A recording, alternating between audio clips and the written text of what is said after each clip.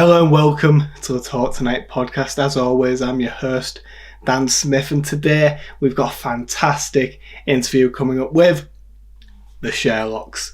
But before we get into it, just a little bit of housekeeping. Basically, 90% of the people watching this aren't subscribed, and that really does hurt my soul. I don't like it.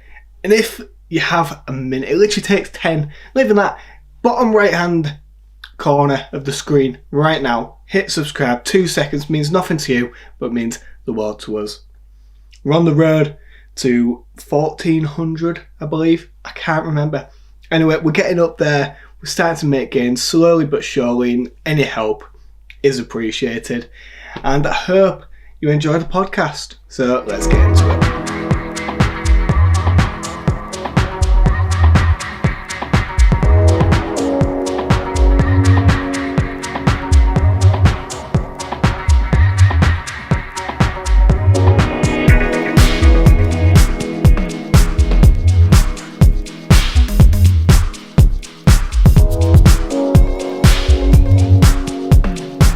Hello and welcome everyone, this is Talk Tonight.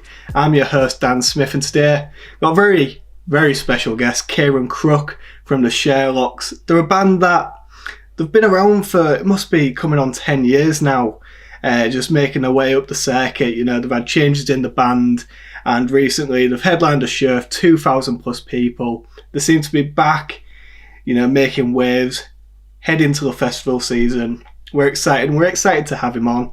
So, Kiaran, first of all, thanks for coming on the show. No worries, mate. Good to be on. Yeah, really do appreciate it. First things first, this is a series called Get to Know. We've had Matt Thompson on from the Amazons. We had Tom Meehan on, obviously, from Kasabian. Now we've got yourselves on. And what we like to do is go back to the beginning with our guests. So, take us back to the start. Where did it all start for you in terms of music and growing up? Yeah, we started back in 2010, in the summertime, and it started basically when the two original members, Josh and Andy, they moved into the same village as me and Brandon, which is like a super small village. Everyone knows each other. There ain't really much of a music scene either, to be honest. So there's no bands at all. Just a couple of club bands and stuff like that. And got to know them too. Quickly fell into music side of things. Me and Brandon were already like tinkering about with his drums, and I were trying to play guitar. and just it happened really, really quickly and really organically. To be fair, like before we knew it, we're in like my dad's garage and learning like Strokes covers and Killers and all that kind of stuff. And then like at some point must have wrote a tune, and then it sort of spiraled. It like snowballed on like that. Tried writing some more songs, and then we sort of came to a crossroads where we knew loads of covers anyway, and we'd been doing that kind of thing. And then we just sort of like transitioned into doing his own stuff. I think we just said one day, like, let's just do his own stuff and just try and see what we can do. And it sort of just happened like that, really. And then been going a good 10 years, and then up until like a couple of years ago, just before, at the start of COVID, we had a lineup change, and now we've got Trent and Alex. Got Trent on bass and Alex on guitar, and then we're just sort of finding his feet and getting back into the swing of things again, really. Yeah. What about before you got into the band? Like, what was your music influence like before then? Did you have like a dad who used to just constantly bang on MTV Rocks, or was it just very much whatever you listened to on the radio? Yeah, just all of that, really. I think it would never really force down his throat, and like never really pushed into music, which is probably a good thing, really. No one's ever like tried really getting us into music. Like, the reason I started playing guitar is because I wanted to play guitar, and then Brandon sort of got a drum kit when I got a guitar, so he just like, I don't even think he was thinking about drums. I always wanted to play guitar for some reason. I just found it interesting, and then started getting into different kinds of music. But I think it's always been there. Like, my dad's always been playing stuff, whether it's been Slade or like it ranges, like it's a wide range. Like he could be playing, I know he was into like a lot of punk music when he was growing up, like Sex Pistols and Exploited and stuff like that. And then so we've sort of heard it all really in house. He's always been playing it on a night and stuff like that. And it's surprising how it does get, like, it gets into your head, and before you know it, you're into it. What's it like being in a band with your brother? Obviously, some of the most iconic bands have always been there, had some sort of family relation. How's that? Yeah, it's good, man. It's we have his fallouts now and again, but I'd say overall we're pretty good these days. We just keep out of each other's way, and the most we see each other these days is when we're on road. So like we always enjoy being on road, and yeah, I think as time's gone on and the years have gone on, like we're currently making his 4th album now. So this is mine and Brandon's 4th album. It's Trent and Alex's 2nd album essentially. But yeah, me and Brandon have got history and obviously been there from start. So we love it. We just love what we do, and I still see it the same way now. Like I just think each time I'm doing what, like today, I might not have a 9 till 5, but like I'm trying to write tunes, or I'm in studio again soon, or I'm on road to me, I'm rest up lads, but like especially me and Brandon, who've fortunately been doing it all this time, it's literally like living the best job in the world. So just thankful to be doing it. I'm still enjoying it. What do you do in your life when you're not writing music, when you're not on tour, when you're not playing shows? What's a average day in the life for you? Like, aside from songwriting, which I'm trying to make a more conscious effort to do. Just play a bit of snooker, go to the pub, watch a bit of boxing, watch just normal stuff, watch football. Most recently snooker. I mean, I've been playing it a few years now, but I'm enjoying that. Going down to the snooker club, playing a few frames, and then just chilling, mate. Just trying to crack on with writing. Very nice, very nice. So I alluded to the show that you played in Sheffield. Was it over the weekend? Was it Saturday night? Obviously played to 2,000 people. I was mentioning to you just at the start, I saw you in a venue called Fruit in Hull. It doesn't even exist anymore. No, and there was, I would say, about 30 people. And at the time, it was back in 2015. And at the time, you know, Chasing Shadows, arguably your most popular song now, that was just a lyric video on YouTube that people were having to listen to. It wasn't even released yet. So going from that 30 people to now playing on the weekend, what's that journey been like? It's been, like I said earlier, mate, to be honest, I'm enjoying it more than I ever have. I've always enjoyed it while I'm doing it, but I feel like these days I'm definitely just enjoying everything more so, like going at studio and playing gigs. But yeah, it has been a journey. I think when you first start as a band, there's always that initial bit of hype, and it's probably not realistic to where you are actually at. So, like for instance, in Manchester at one point we played a Victoria Warehouse or something, and that's probably not, when we played that, we probably weren't like we did that on his first album, which is just crazy. So yeah, I think like when you first come out, you're almost like the new boys or girls on the block, and you get a bit more like, you get like an extra push where everyone's buzzing, and then after that first record or whatever, if you can follow it up with a class second one, or if you're on a massive label or whatever, then you'll keep on going. But for most bands, I think it's just a testament to how long you're going. And I know, like when we first came out, there were a few bands knocking around, and I'm not even sure if they're going anymore. So I feel like we've sort of earned to stripes a little bit, where we're over that initial hype. But I feel like people are sort of getting it now more than before, where people are thinking, oh, they're not just an hype band, or they are actually they're still doing it, they're still making albums, and actually they're still writing good songs, and they seem like decent lads. That's all we're trying to. Yeah. That's all we're trying to do. Just keep on writing good songs and making good albums, and songs we keep doing that. Hopefully, people keep coming to shows. Yeah, I remember when you first came out, that first album, I was actually on holiday when it came out, and it's literally all I listened to on that holiday. It was absolutely, spectacular. And it's strange because after that initial buzz, I'm sure you're more clued up than I am, but I feel like the push in terms of like on social media and like the hype around the band, it did seem to sort of fizzle out. Maybe you weren't getting promoted as much. I don't know, what was like your take on that? Because definitely when the second album came out, there was a lot less spoken about it from a neutral's point of view than there was for the first. Yeah, I mean, I think that happens to quite a lot of bands, to be fair. And maybe some bands get overhyped, so it never feels. You always feel a bit underwhelmed, rather than just letting them do the thing. But I don't think that was the case with us. I think we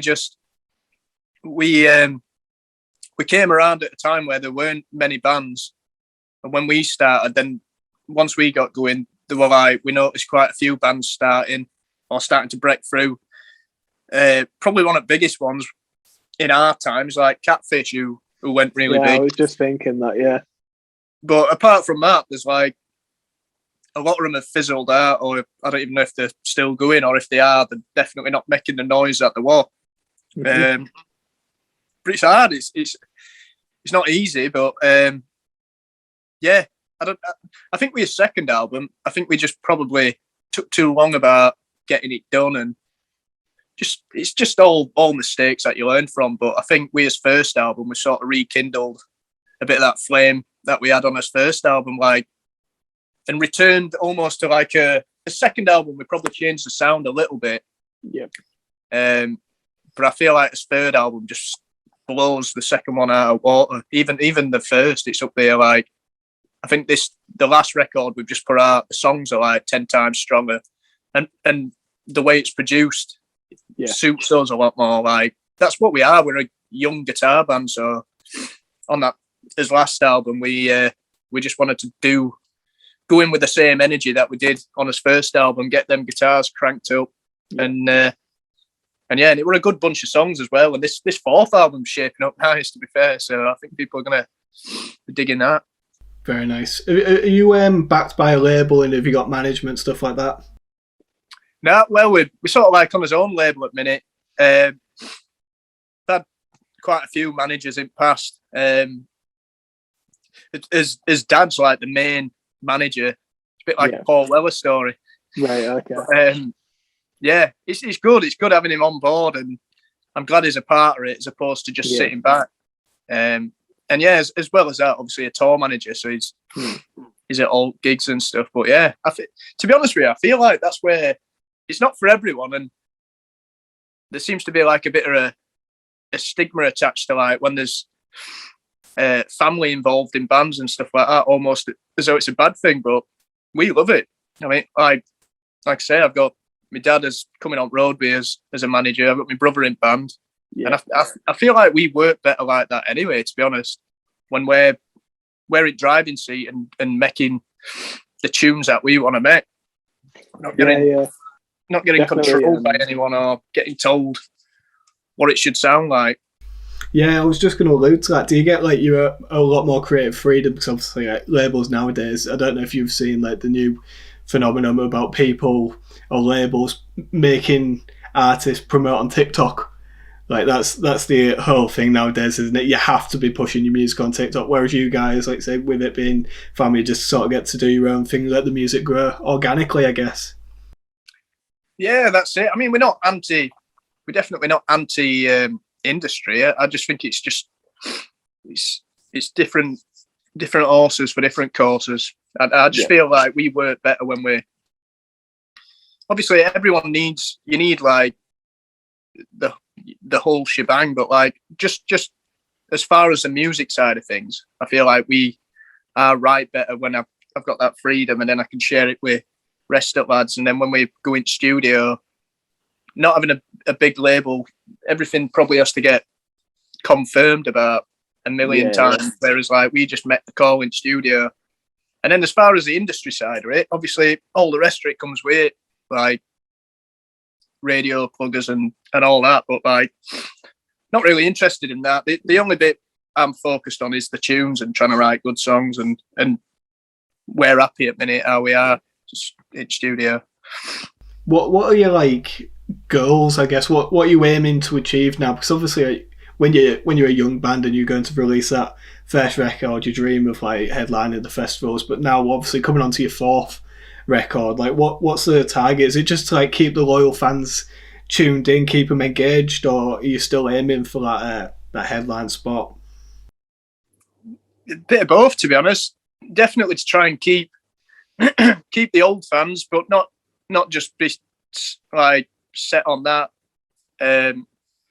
Obviously, we're always striving to like build his audience and get new fans on board. So I think each album we do, you sort of try not to overthink it when you're writing tunes. Otherwise, you'd never write a song, to be honest. But definitely, like when you're producing your album and stuff like that, and you're getting your songs together, we try and, probably like most bands, try and make an album where fans are going to be happy with it. But at the same time, if you just try and please the fans that you've already got and that's it, maybe it could get a bit boring. So I think each album, all the best albums are where there's like, it targets like what your fans are after, and then you need a bit of something extra where it's going to challenge your audience. And some fans might not like it, or some fans that you've already got on board might not like it straight away, but once you get a bit of time, it ends up becoming the favourite tune. So I think that's what we try and do, and just try and give them a bit of something extra where it's like challenging them, but still sounding like us. Yeah. What's your personal opinion on the Sherlocks as a band if you were going to try and sell it to someone? If you had to say, look, this is what we do, this is who we are, this is why you should listen to us.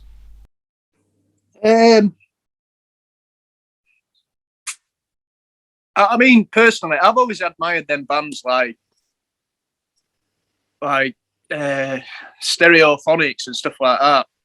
Them sort of bands always they seem real to me, and definitely writing good tunes and still doing it. So clearly something's working. And bands like that are not really. There's no gimmicks, or there's no like. It's just good songs played well, sung well.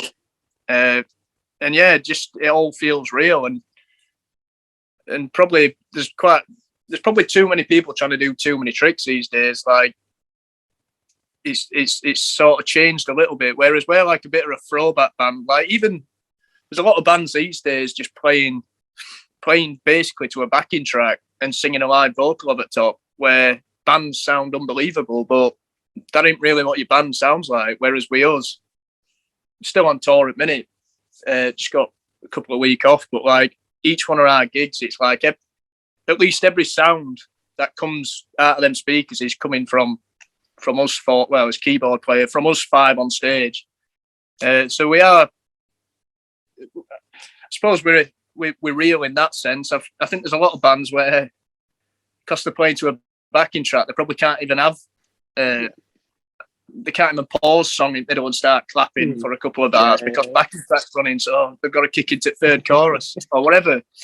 Like we could just stop gig and then just start again, because it's all what you hear is us playing, unlike a lot of people. Yeah. So you're sort of trying to keep that authentic nature behind the music. Even these days, that sounds like it's a proper old school folk. Like, we're just doing what a band does. yeah. Do you obviously, like, in the area you grew up, and like the Yorkshire area, what sort of influences did you have? Obviously earlier on you mentioned like the Strokes. I presume maybe Arctic Monkeys in there, that sort of thing. Yeah.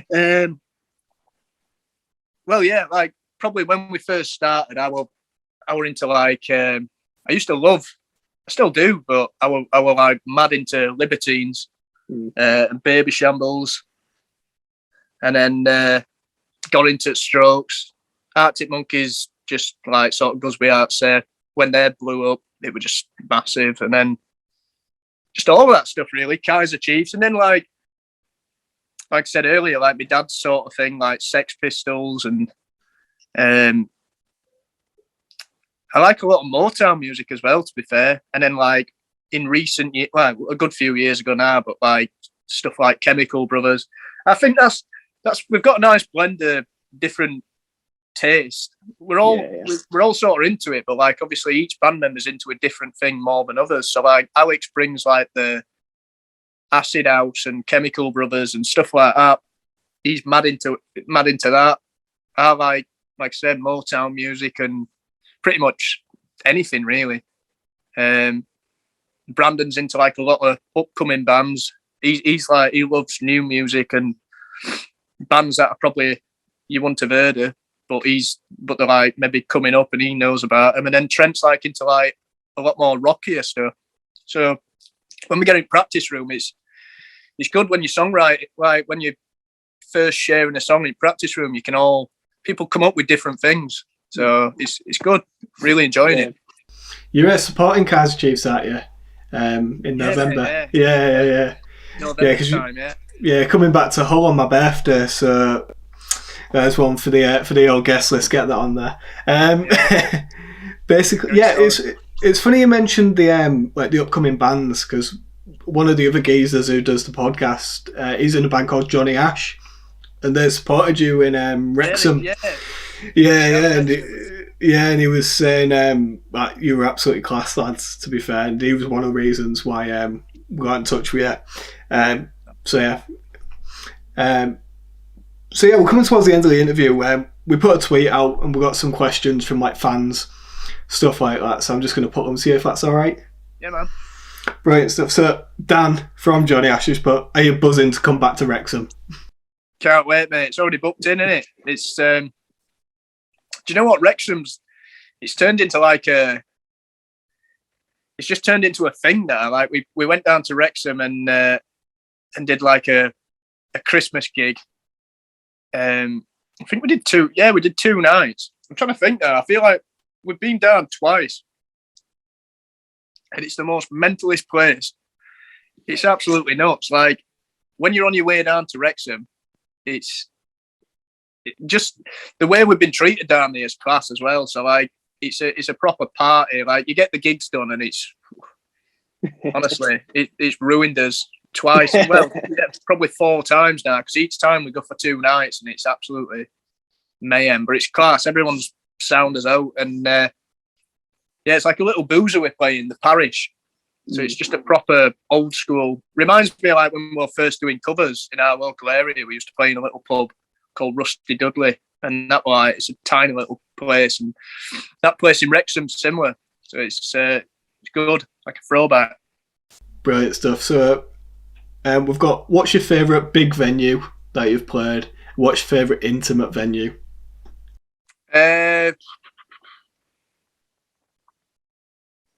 Favourite big venues, probably something like good question.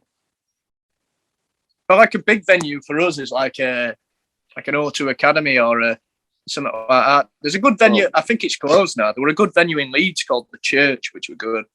Big, like obviously a church, big stained glass windows and stuff. But do you know what? I really enjoyed playing in Albert Hall a few months back in Manchester. That's a class venue. That's probably my favourite. When you stood on stage and stuff, it's different to like an academy. It's got a bit of character and like a stone balcony and stuff. And small venues, to be honest, probably that one you just said, Wrexham. Yeah, that's a good little venue because it's just complete opposite of Manchester. It's like a little sweaty boozer where everyone's just crammed in, and I love stuff like that. So probably them. Brilliant stuff. Who is the favourite band that you've met?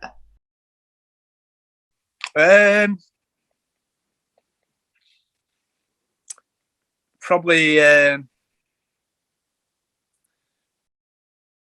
don't know, probably Kings of Leon, maybe. just because it was so surreal, and they were like super chilled and super kind to us. To be fair, it's probably them that were. I don't really get starstruck at all, to be honest. Like, but that were definitely that were a bit weird, just because they're such a massive band and they're American. So like our accent against theirs, like when you hear them talk, you're just so used to seeing them on telly and like headlining Glastonbury or whatever. So when you actually meet Kings of Leon, it's pretty strange. But yeah, they were class. Who do you think is the best songwriter of all time?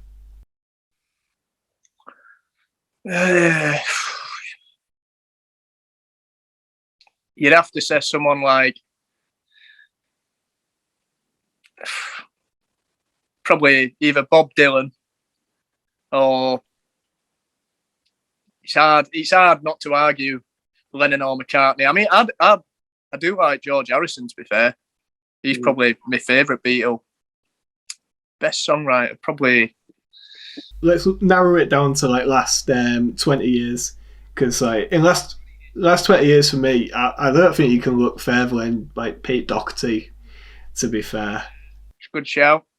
Pete Doherty. It's different styles of writing as well. Like Pete Doherty, like I say, I was obsessed with like even Pete Doherty's solo stuff, but loved Baby Shambles. Obsessed with him at one point. Like when I was at sixth form, I used to just listen to them all day, like every day. Yeah, his solo stuff. When we came out of lockdown, he did like an acoustic show in Hull. It was literally the day after lockdown went down, and it was probably one of the best gigs I've ever been to. Just him with a guitar singing his own songs. Just exceptional musician. Yeah, I think we'll have to go with him, to be fair. Yeah, that's absolutely fine. We've got one more.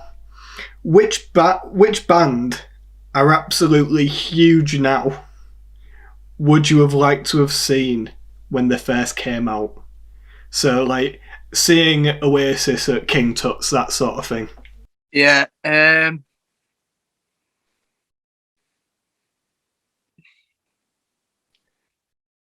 Has it got to be in my time, or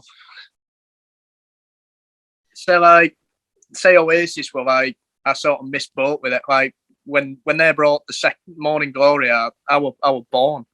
I was born in '95, so sort of missed the boat with them. When did they finish? 2009 or something? Yeah. So I would have been, what, 14, something like that. I don't know. Probably someone like, if I could go back in the past, I'm going to say like U2 because I love them as well. But I don't want to say Arctic Monkeys because that's a bit cliche. But yeah, it is. Yeah. I know people who saw them when they were literally tiny and played at Birdwell Club. But probably someone like, I don't know. Probably someone like taking far too long in this question.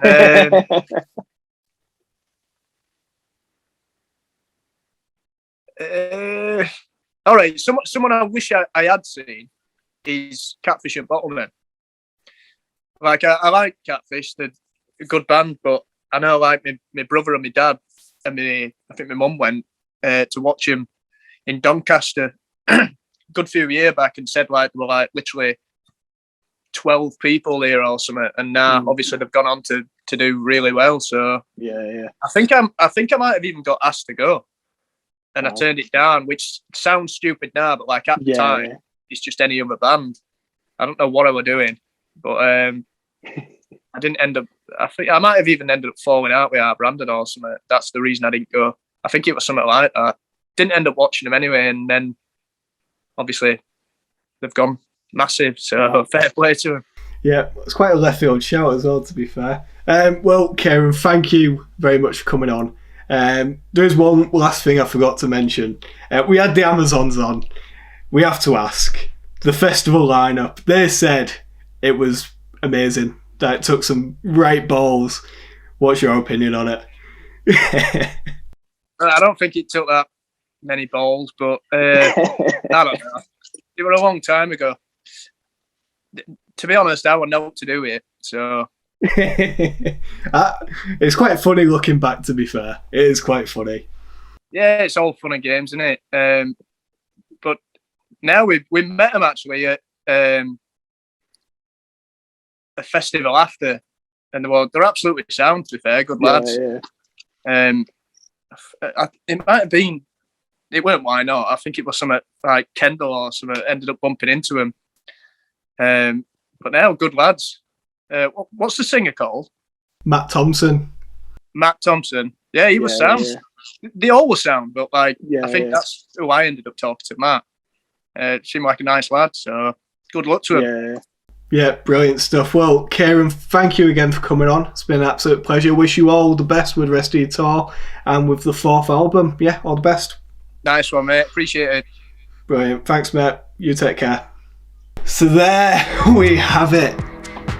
The Sherlocks, Kiaran Crook. That was an absolutely amazing interview. Really enjoyed talking to him. I feel like it was a good interview. It was a good interview. We learned a lot about the band, a lot about the history. And yeah, the Sherlocks are on tour now, so you can go see them if you so wish. And yeah, this has been Talk Tonight. Please do hit subscribe, drop us a like. We're on social media at Talk Tonight HQ. And I've been Dan Smith. I'll see you next time. Take care.